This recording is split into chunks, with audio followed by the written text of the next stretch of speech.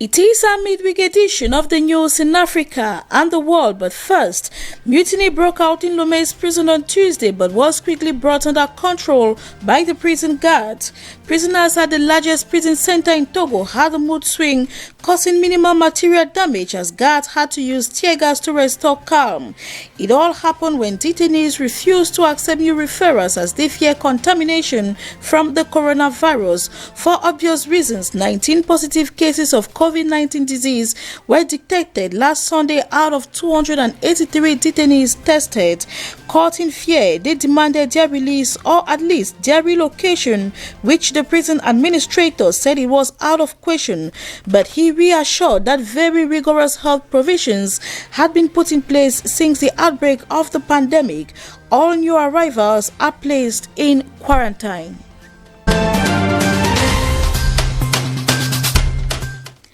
In Angola, the billionaire daughter of former President José Eduardo dos Santos is calling for her assets in the country and Portugal to be unfrozen. Isabel dos Santos says there is evidence the state, the Luanda Civil Court and Supreme Court colluded against her using fabricated evidence. She added that it included a forged passport in her name bearing the signature of late martial arts expert Bruce Lee, but the court have not commented yet. She is reported to be Africa's richest woman with a fortune of some $2 billion. In January, prosecutors in Angola accused her and her associates of mismanaging and embezzling $1 billion from Sonangol, a state oil firm. Her assets in Angola and Portugal were subsequently frozen.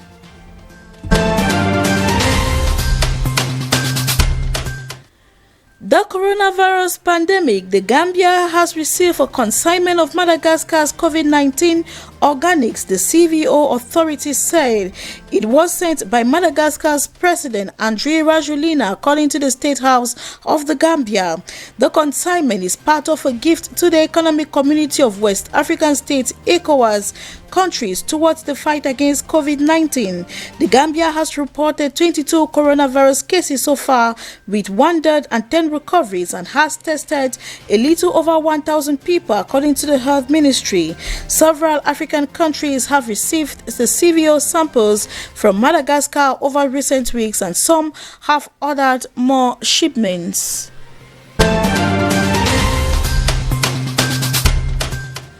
Over to India, Prime Minister Narendra Modi has announced a massive package of more than $265 billion to revive an economy battered by a 7-week lockdown enforced to contain the coronavirus pandemic. The long-awaited stimulus package amounts to about 10% of India's gross domestic product. In a televised address to the nation, the Prime Minister said the country must turn crisis into opportunity and emphasized that the main goal of the package is to build a self-reliant India. Modi said details of the new package as well as reforms of land and labor markets will be released within this.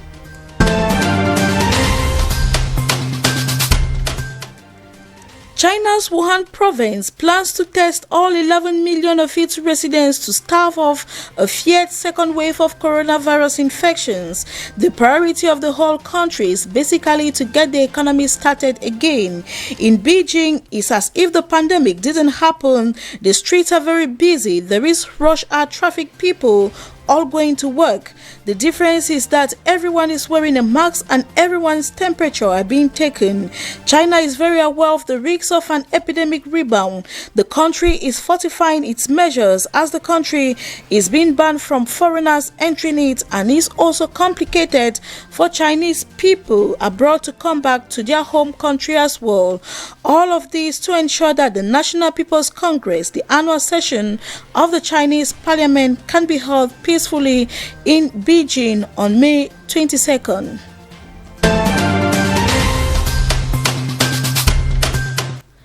Sri Lanka's election commission is deciding whether to hold parliamentary polls in June amid fears the coronavirus could spread if movement caps were lifted further.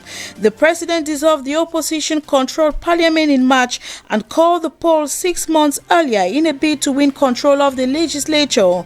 But even as restrictions are now being eased, the election commission delayed that triggered fears of a potential constitutional crisis as the election was meant to be held within 3 months.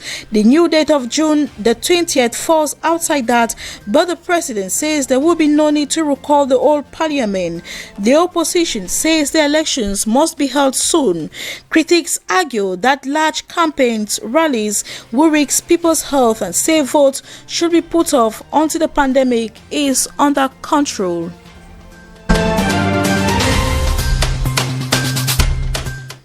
We end this edition in Afghanistan, where the country is reeling after a spasm of violence Tuesday left dozens of civilians dead across the country, including an assault in Kabul, where gunmen stormed a hospital's maternity ward and left at least 16 people dead.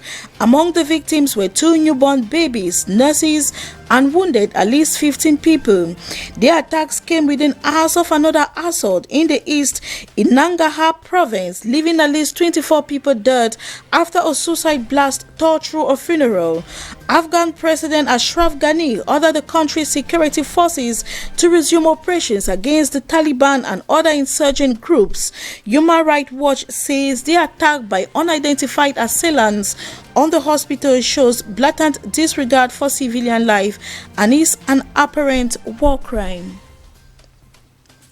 Thank you very much for choosing the news to be informed on DBS television. Until we meet again, do take care and stay safe.